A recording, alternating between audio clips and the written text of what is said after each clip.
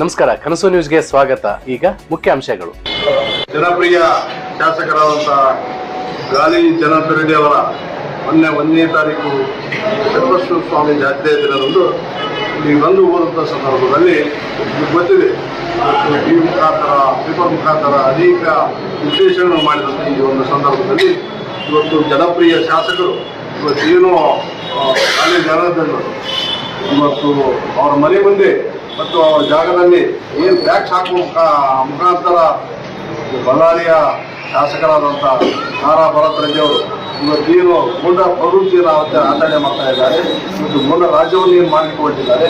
ಆ ಒಂದು ವ್ಯವಸ್ಥೆ ವಿರುದ್ಧವಾಗಿ ಇವತ್ತು ಅವರಾದ ಕಾಂಗ್ರೆಸ್ ಇವತ್ತು ರಾಜ್ಯದ ಮುಖ್ಯಮಂತ್ರಿಗಳೇ ಅವರ ಉಳುವಂಥ ಪರಿಸ್ಥಿತಿ ನಿರ್ಮಾಣ ಆಗಿದೆ.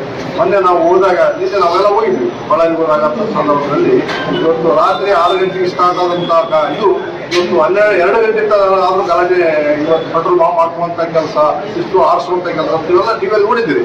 ಇವತ್ತು ಇಲ್ಲಿ ಯಾವುದೇ ಬಿಹಾರ, ಉತ್ತರ ಪ್ರದೇಶ, ಆಂಧ್ರದಲ್ಲಿ ನೋಡ್ತಾ ಇದ್ವಿ ಅಂತ ನಮ್ಮ ಪಕ್ಕದ ಜಿಲ್ಲೆಯಲ್ಲಿ ಇಂಥ ಒಂದು ಗಲಾಟೆ ಇರ್ತಾ ಇದ್ವಿ. ಮುಂದಿನ ದಿನಮಾನದಲ್ಲಿ ಇವತ್ತು ಇದೇ ಥರ ಬಿಟ್ಟರೆ ಇವತ್ತು ಕಾಂಗ್ರೆಸ್ ಇವತ್ತು ಈ ಸರ್ಕಾರ ಇವತ್ತು ಗೂಂಡ ರಾಜ್ಯವನ್ನಾಗಿ ಇವತ್ತು ಕರ್ನಾಟಕ ರಾಜ್ಯವನ್ನಾಗಿ ಮಾಡ್ತಾ ಇದೆ.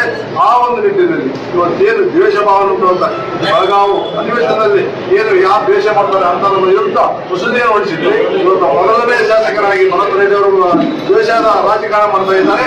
ಇವತ್ತೊಬ್ಬ ಜನಪ್ರಿಯ ಶಾಸಕರಂತ ಜನಾರ್ದನ ರೆಡ್ಡಿ ಅವರ ಮನೆ ಮೇಲೆ ದಾಳಿ ಮಾಡುವಂತ ವ್ಯವಸ್ಥೆ ಇವತ್ತು. ಯಾಕಂತಂದ್ರೆ ಇವತ್ತು ಗುಂಡು 9 ಹಾಕಿರುವಂತ ಪರಿಸ್ಥಿತಿ ನೋಡಿದ್ರೆ ಇವತ್ತು ಜನಾರ್ದನ ರೆಡ್ಡಿ ಅವರು ಕೊಲ್ಲುವಂತ ವ್ಯವಸ್ಥೆ ನಿರ್ಮಾಣ ಮಾಡಬೇಕು. ಯಾಕಂತಂದ್ರೆ ಶ್ರೀರಾಮುಲು ಅವರು ಜನಾರ್ದನ ರೆಡ್ಡಿ ಇವತ್ತು ಅವತ್ತು ಆ ಪರಿಸ್ಥಿತಿಯಲ್ಲಿ ಹೋಗಿದ್ದಾರೆ ಅಂತಂದ್ರೆ ಅವ್ರ ಮನೆ ದಾಳಿಯಾಗಿ ಅವ್ರ ಕುಟುಂಬ ನಾಶ ಆಗುವಂತ ವ್ಯವಸ್ಥೆ ನಿರ್ಮಾಣ ಆಗಬೇಕು.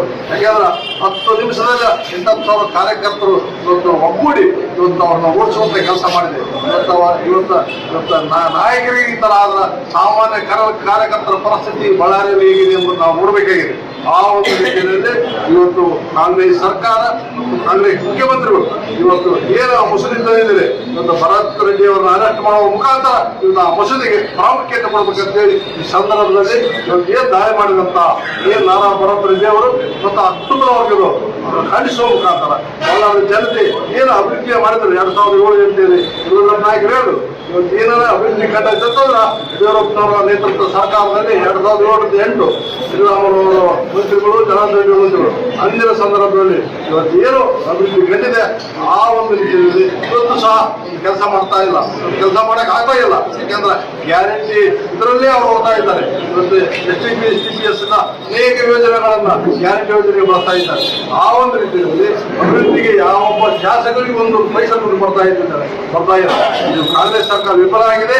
ಆ ಒಂದು ನಿಟ್ಟಿನಲ್ಲಿ ಇಂಥ ಗೂಂಡ ರಾಜಕಾರಣ ಮಾಡುವಂತ ವ್ಯವಸ್ಥೆ ನಿರ್ಮಾಣ ಮಾಡೋದು, ಮತ್ತೆ ಒಬ್ಬ ದೊಡ್ಡ ದೊಡ್ಡ ನಾಯಕರ ಮನೆ ಮೇಲೆ ಅಟ್ಯಾಕ್ ಮಾಡಿಸಿ ಇವತ್ತು ಅದನ್ನ ಅದಿವಿಡುವಂತ ಕೆಲಸ ಇವತ್ತು ಬಳ್ಳಾರಿ ನಡೀತಾ ಇದೆ. ಆ ಒಂದು ನಿಟ್ಟಿನಲ್ಲಿ ಇವತ್ತು ಬಳ್ಳಾರಿ ಶಾಸಕರಾದಂತಹ ನಾರಾ ಭರತ್ ರೆಡ್ಡಿ ಅವರು ಅರೆಸ್ಟ್ ಮಾಡುವ ಮುಖಾಂತರ ಇವತ್ತು ಬೇರ್ಪತ್ತಿ ಹಾಕ್ಬೇಕಂತ ಹೇಳಿ ಮುಖ್ಯಮಂತ್ರಿಗಳಿಗೆ ಆಗ್ರಹ ಮಾಡ್ತಿದ್ದೀವಿ. ಈ ಗಂಗಾವತಿ ನಗರದಲ್ಲಿ ಇದೇ ತರ ಮುಂದುವರೆದು ಮಾಡೋದು. ಇವತ್ತು ರಾಜ್ಯದ ಲಕ್ಷಾಂತರ ಕಾರ್ಯಕರ್ತರು, ಭಾರತೀಯ ಜನತಾ ಪಕ್ಷ ಕಾರ್ಯಕರ್ತರು ಶಕ್ತಿವಂತರಿದ್ದಾರೆ. ನಾಯಕರ ಮೇಲೆ ದೌರ್ಜನ್ಯ ಯಾವೊಬ್ಬ ಕಾರ್ಯಕರ್ತರು ಸುಮ್ಮನೆ ಕೊಡುವಂತ ವ್ಯವಸ್ಥೆ ಇಲ್ಲ.